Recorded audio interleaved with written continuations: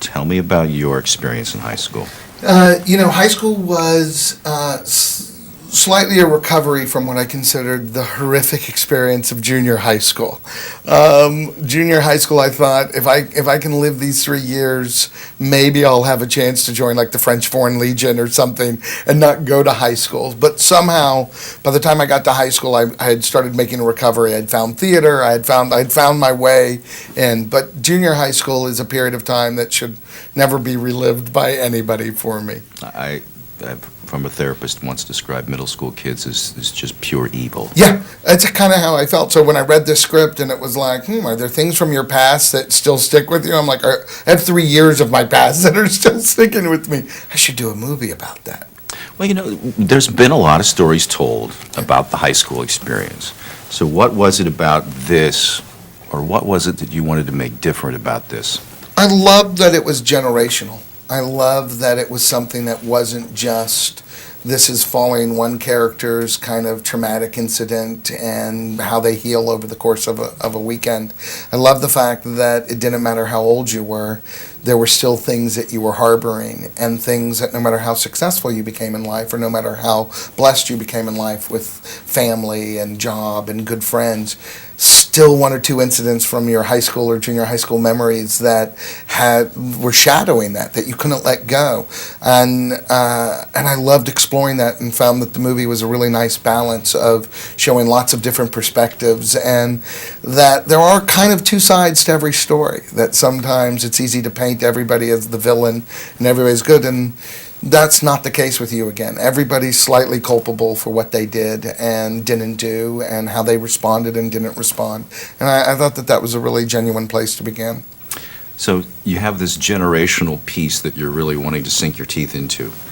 How did that attach to the casting process? So you get Kristen Bell, Kay Bell was someone who I've worked with for a decade now, since she was a student at NYU, and I cast her in Reefer Madness when we were doing it as a musical in New York.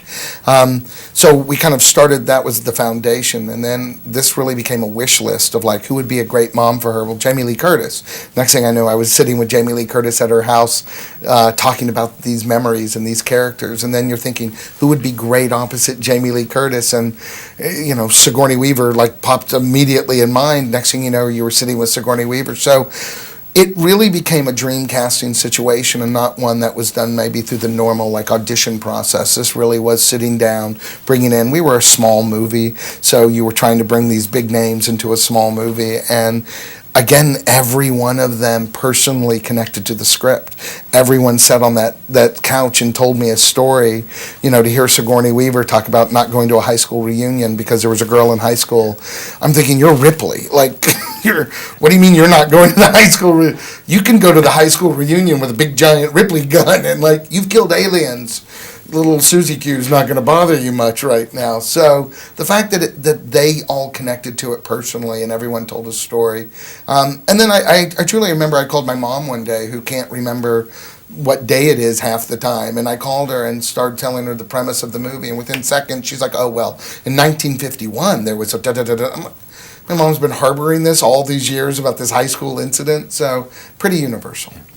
You also have a lot of, let's call them, fresh faces in this cast. Tell me about the new people. Really exciting, because the role of Joanna, trying to find the perfect actress to play off Kay Bell, and it was a who's who of wonderful actresses with a resume a mile long for romantic comedies. And here's Odette. And Odie had never done any sort of this type of comedy, and she was earning it every step of the way, and she was a perfect choice. Jimmy Wolk, another kid, we needed to find the perfect person, that somewhat of a love triangle, and that what brother a sister would fight over, and who somebody like Joanna would fall in love with. And again, we saw a wonderful group of actors that came in, and Jimmy Wolk was brand new at the time, and he just stole kind of all of our hearts. So got very lucky. And comedy-wise, Kyle Bornheimer comes in and plays sort of a crazy ex-boyfriend. He did an audition that made me laugh so hard. I literally took his audition, his improv, and put it in the movie. And we sort of cast him on the spot. Talk to me a little bit about how you think international audiences might react to this film, because to a certain extent, high school, or at least its way it's portrayed in film, is a somewhat uniquely American experience. Are there themes here that translate, you think, to everybody? I think that there are themes because I feel like I'm such a fan of cinema from abroad, and especially if you look at the comedies that come out of Europe, the comedies that come out of South America and Central America, the comedies that come out of Asia markets. A lot of them still deal with, there's a bit of that comedy of errors that occurs. It's a little bit of the fact that, I have a secret that you don't know about, or I'm carrying something from my past. And I think that truly is a universal feeling that we all are carrying and harboring something from our past. And whether the direct high school relationship of prom or cheerleading might not directly apply, I think that's all just more of a backdrop. I think it's really what happened to you when you were younger, is it affecting you now that you're older?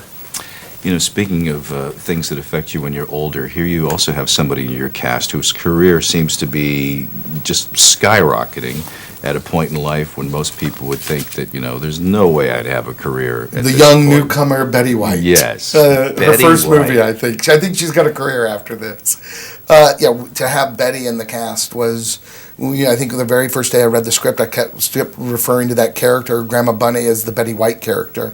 And then the minute we found that we were able to have Betty in the movie, it was the grounding core. Because no matter what we did, all we had to do was turn to Betty and she would put a cap on it. She would say something that would make us laugh, give us the look. And I love, love, love that audiences have kind of rediscovered something. And especially for younger audiences. I grew up watching her on Mary Tyler Moore. I grew up watching her on The Golden Girls. But for a younger generation, those aren't shows that are readily available for them to watch. So for them to have discovered Betty now at this point, so well deserved for her. And she killed on SNL. She was probably one of the funniest hosts I think I've ever seen. One last comment, PG rating, we don't see that much, it's either PG-13 or it's G, that kind of in-between spot. Tell me about shooting to that particular audience. We found it really easy. It wasn't something that we set out to do. It wasn't something, but we wanted to tell a story that the whole family could go see and that generations could see and still find it funny. And we got clever. And so, every once in a while, if there was a word that got through, we'd tweak the word up. But it was the easiest movie to film, and with that sort of cast, I think sometimes, and I'm certainly a big fan of R-rated comedies and some that can make me just tears rolling down my cheeks with laughter. In this particular case, we never lost laughs. So when I've seen this with the theater full, time and time again, every place we had hoped to be a laugh got the same laugh. So I felt like we were able to make a PG comedy work for everybody. And I think it is something that families can go see. Grandma can come see. The kids can come see. It's a good date night. A little something for everyone. Bring the dog. I don't even know if they let dogs come in. But we have a lovely dog in the movie that they'll like.